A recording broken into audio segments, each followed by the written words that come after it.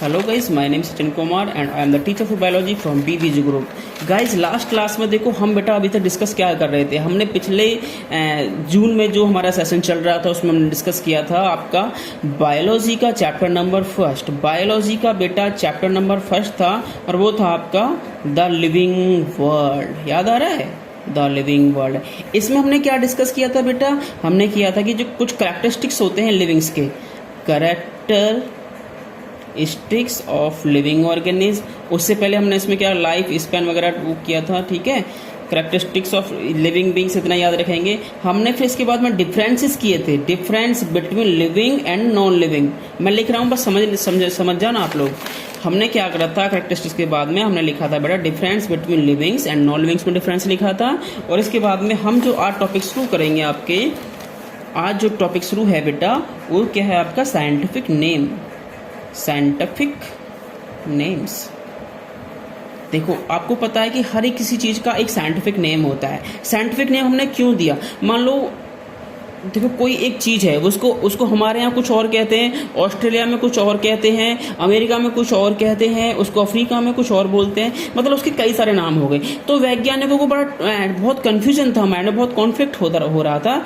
तो उन्होंने क्या, साइंटिस्ट ने क्या किया कि कोई ऐसा एक डेफिनेट नेम उनको प्रोवाइड किया जाए जिससे कि वो उसको एक ही नाम से पूरे वर्ल्ड में उसको आसानी से आइडेंटिफाई कर सकें।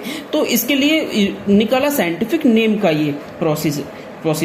अब ये होता क्या है, इसके लिए सबसे बेस्ट होता है द्विनाम पद्धति, यानी कि binomial nomenclature. Binomial nomenclature, bye means माने दो, यानी किसी के नाम में दो वर्ड आएंगे, दो वर्ड के अकॉर्डिंग हम उसके पूरा नोमेनक्लेचर करते हैं।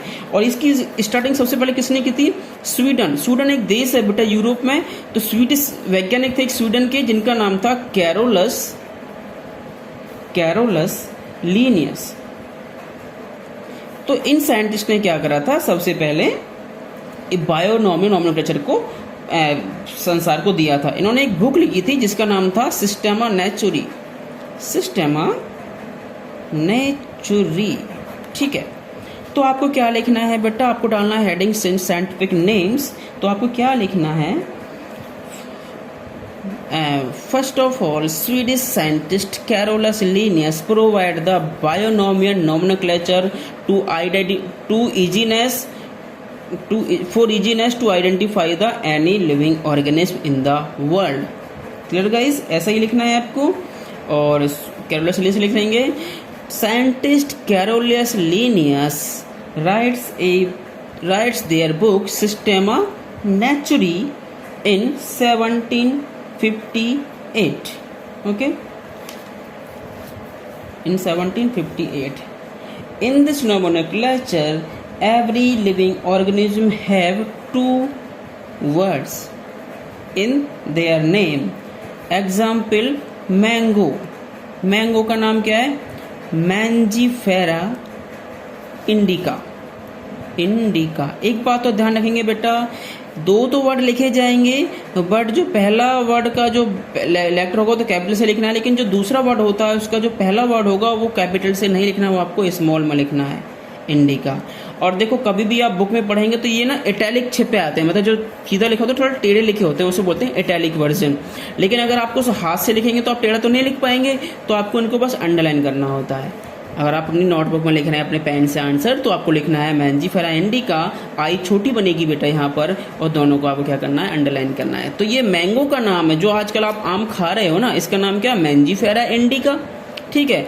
अब ये पूरे संसार में कहीं चले जाओ, अगर आप किसी साइंटिस्ट बोलोगे कि मैंने आम खाया, तो वो कंफ्यूज हो जाएगा, क्यों आम, व्हाट इज आम?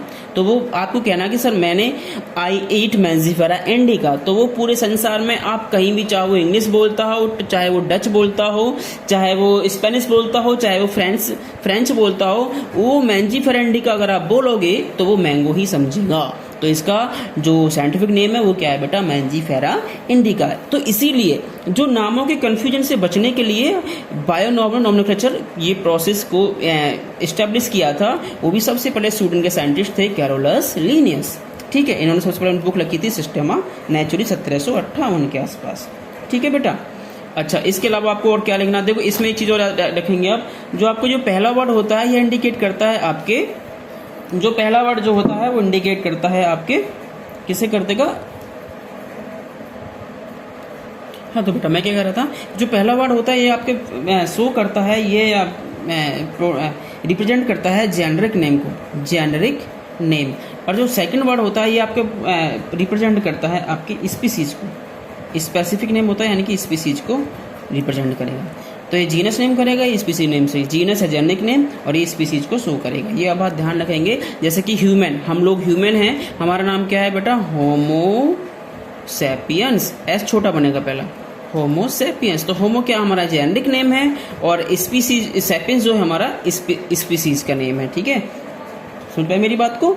तो आपको ये चीज़ें याद रखनी है, आपको यही लिखना है, सिंपल आप समझ गए होंगे। एक चीज़ और आपको फुल फॉर्म लिखनी है आगे नए पेज से, ICZN ICBN, इसका फुल फॉर्म है international code of zoological nomenclature, और दूसरे का international code of botanical nomenclature. आपको सिर्फ ये दोनों की फुल फॉर्म ही याद करनी है और सभी को याद होनी चाहिए। जैसे कॉलेज खुलेगा बेटा डंडा बजाऊंगा।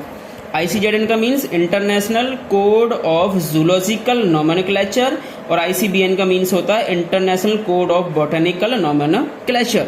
ठीक है, ये चीज़ आप याद रखेंगे। और इसके बाद में आपको एक छोटा सा काम और करना है मेरे बाबू, मैं आपको आपको नाम लिखने हैं, कुछ मैं आपको लिविंग ऑर्गेनिज्म बताऊंगा, उनको आपको साइंटिफिक नेम लिखने हैं। तो आपको नए पेज पर डालना है यहाँ पे लिविंग्स के कॉमन नेम और यहाँ आपको लिखना है साइंटिफिक नेम। तो मैं आपको भेज रहा हूँ पिक, इसमें से कि ह्यूमन का है, dog, tiger, pigeon, house fly सबका है, ये आपको लिखने हैं और ये याद भी करने हैं। बेटा अपनी नोटबुक बना लीजिए, सभी लोग रेडी रखो, मैं कॉलेज खुलते ही चेक करूँगा। ठीक है, और जो कुछ पढ़ा रहा हूँ उसको ज़रूर रटते रहें। रटना मतलब याद करना होता है, लिख लिख कर देखते रहें। ऐसे नहीं कि बस यूँ एक क्लास ली और छोड़ दिया, ऐसा मत करना बेटा। Thank you.